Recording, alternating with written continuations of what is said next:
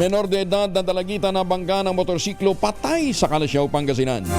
Masantos siya kabasan ni Chikamin sa ating makababayan dyan sa Pangasinan, Freddy. Masantos siya kabusan, Kuyang Angel. Hindi na umabot ng buhay sa Pangasinan Provincial Hospital sa San Carlos City ang biktima na minor de edad na dalagita matapos itong mabangga ng motorsiklo.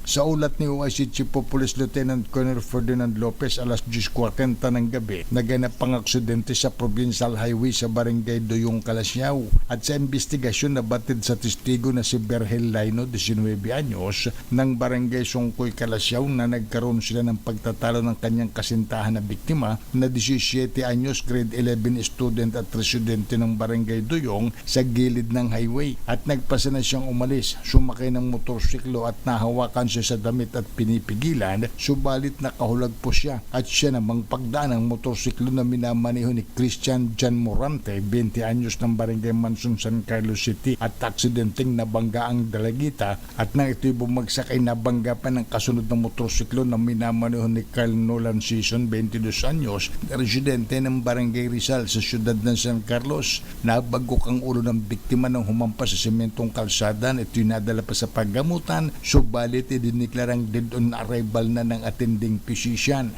Ang dalawang motorcycle rider na nagkasalpukan ay kapwa ay tinakbo rin sa hospital dahil sa tinamo nilang sugat sa kanilang katawan.